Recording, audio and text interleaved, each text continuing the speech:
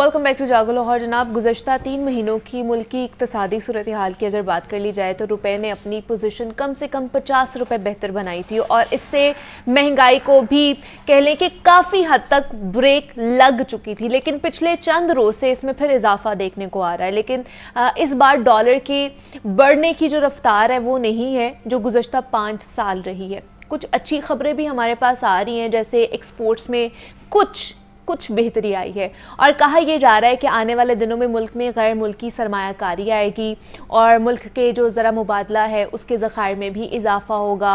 आम आदमी को बराह रास्त इसका फ़ायदा पहुँचेगा। स्टॉक एक्सचेंज मुल्की तारीख की बुलंद तरीन सतह पर इस वक्त ट्रेड कर रही है, तो इस पर भी मज़ीद बात करेंगे और जानने की कोशिश करेंगे कि कैसे एक आम आदमी को इन तमाम तर चीज़ों से फ़ायदा पहुँचने वाला है। जब मुझे ये लगता है, ये मेरा एनालिसिस है, आप लोग इसे डिफ़र कर सकते हैं कि जनाब जब तक एक बिज़नेस कम्युनिटी, एक बिज़नेस मैन जो है वो स्टेबल नहीं होगा, हमारी बिज़नेस कम्युनिटी स्टेबल नहीं होगी, तब तक उसका बराह रास्त फ़ायदा एक आम आदमी को कैसे पहुंचेगा, मुल्क को भी नहीं पहुंचेगा अगर हमारा एक बिज़नेस मैन जो है वो अच्छे तरीके से कारामद साबित नहीं होगा, उसके लिए अगर जो माहौल है वो साजगार नहीं होगा तो वो कैसे अपने ही मुल्क में पैसा लगाने को तैयार होगा। वो तो यही कहेगा ना जनाब पूरी अपनी जमा पूंजी इकट्ठी करें और बाहर को निकले। आजकल हमारा माइंडसेट ये बनता जा रहा है। तो क्या आने वाले दिनों में वाकई कोई खुशखबरियां हमें मिलने जा रही हैं, इकॉनमी हमारी बेहतर होने जा रही है? उम्मीद तो हमारी यही है कि बेहतर हो जाए और संभाला मिले इसको, लेकिन कितने % चांसेस है इस पर भी बात कर लेते हैं। हमारे साथ इस वक्त इन स्टूडियोज में काशिफ अनवर साहब मौजूद हैं जो कि हैं president Lahore chamber of commerce industry के। काशिफ साहब, आपको वेलकम कहती हूँ जागो लाहौर में। कैसे हैं आप? बहुत शुक्रिया, मैं बिल्कुल खैरियत से हूँ।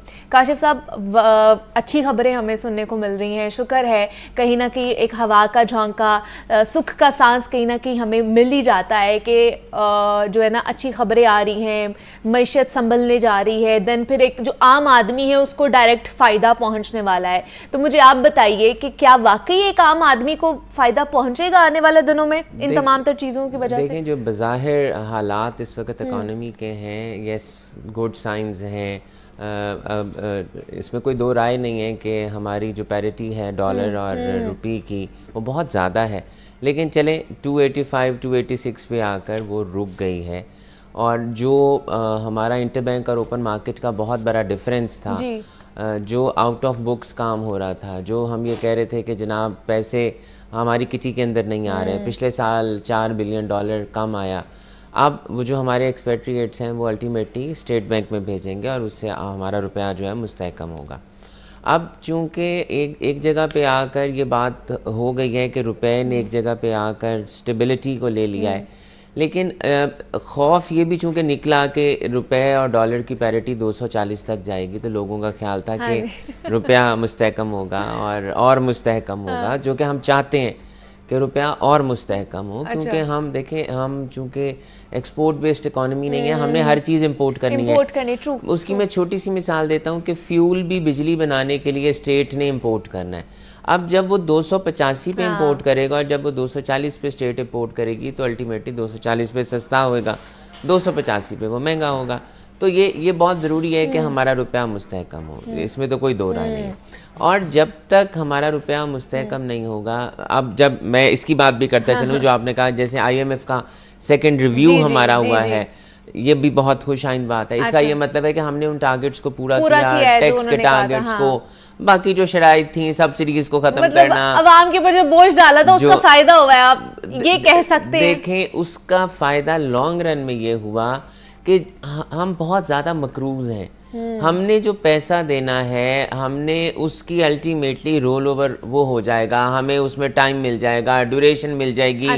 हमारे रुपए पे प्रेशर क्यों आता है? क्योंकि किटी में पैसे नहीं है। अब जब किटी में पैसे नहीं है और ड्यू डेट आ जाती है, जब वो देना है तो हमारे रुपए पे प्रेशर आता है। रुपए पे प्रेशर आता है तो अल्टीमेटली वो हमारा डिवैल्यू होना शुरू हो जाता है। तो उससे कम से कम ये तो हुआ कि हमें उससे टाइम मिल जाता है। इंटरनेशनल जो आपके जिन्होंने लैंडर्स हैं, जिन्होंने पैसे देने, वो ये समझते हैं कि हाँ ये मुल्क महफूज है, हम यहाँ पर पैसे दे सकते हैं। तो ये बातें प्लस पॉइंट्स हैं, लेकिन ये हमारी स्ट्रेटजी का हिस्सा नहीं होने चाहिए। हमें अपनी स्ट्रेटजी को चेंज करना अच्छा, है। लेकिन ये जैसे स्टॉक एक्सचेंज जो है वो बुलंद तरीन सतह पर इस वक्त पहुंची हुई है हमारी तारीख की, क्या ये हम एक पॉजिटिव साइन समझ सकते हैं? देखिए इसका कितना अमल वो दखल है 100 इंडेक्स है, ये कुछ इंडिकेटर्स में से है अच्छा। जो बिल्कुल इंटरनेशनली इसका पॉजिटिव इमेज जाता है कि यहाँ पर इन्वेस्टमेंट हो सकती है, बेहतर है। लेकिन देखिए अगर आप ओवरऑल इकोनॉमी को देखें तो ओवरऑल इकोनॉमी के हालात तो बेहतर नहीं है, लेकिन इट इज़ एन इंडिकेटर। अब जैसे मैंने कहा कि हमारा आप ही ने अपने इंट्रो में ये कहा कि जो ओपन मार्केट का रेट था डॉलर वहाँ से नीचे आया है। महंगाई क्यों कम हुई? क्योंकि जो पैसा हम आउट ऑफ द बॉक्स या out of the tax kitty से दे रहे थे उस पैसे को फ़र्क पड़ा, वो फ़र्क पड़ा है, बिल्कुल फ़र्क पड़ा है। चीज़ें कम, जो डाउनवर्ड ट्रेंड है वो स्टार्ट हुआ है, लेकिन इससे हमारी मईशत ट्रैक पे नहीं आ जाएगी। लेकिन महंगाई कम हुई है कि नहीं हुई है? बिल्कुल फ़र्क पड़ा है, देखें हमें, लेकिन माइनर सा फर्क पड़ा है। एज सच अवाम को इसके ऊपर कोई भी रिलीफ नहीं मिल रहा कहीं से भी। हुआ ये है कि इंटरनेशनली भी जो क्रूड ऑयल की प्राइस है वो बढ़ रही थी, वो कम हुई है, लेकिन हमने उसकी प्राइसेस को कम किया है, हमने बिल्कुल कम किया। हमें इसको और कम करना होगा अगर हमें उसके साथ आना है। अब बात यह है कि गवर्नमेंट को टैक्स इकट्ठा करने के लिए सबसे आसान टारगेट होता है कि हम जो इनडायरेक्ट टैक्स है उसे बढ़ा दें, पेट्रोल के ऊपर, बिजली के ऊपर, गैस के ऊपर, विद होल्डिंग्स पे, गैस पे टैक्सेस को बढ़ा दें, ताकि चूंकि टैक्स बेस उस तरह से नहीं बढ़ रहा। टारगेट भी तो पूरा करना होगा ना IMF का। बिल्कुल टारगेट, देखिए अब 9,500 अरब रुपए का टारगेट है, तो अगर हम अपनी डायरेक्ट टैक्सेशन को नहीं बढ़ाएंगे तो वो इनडायरेक्ट टैक्सेशन ने बढ़ना है। तो गवर्नमेंट के पास एक बहुत आसान सा तरीका होता है, और यही हुआ है कि इंटरनेशनल मार्केट में अगर प्राइसेस कम भी हो रही हैं तो हम उतना बड़ा रिलीफ नहीं दे रहे हैं।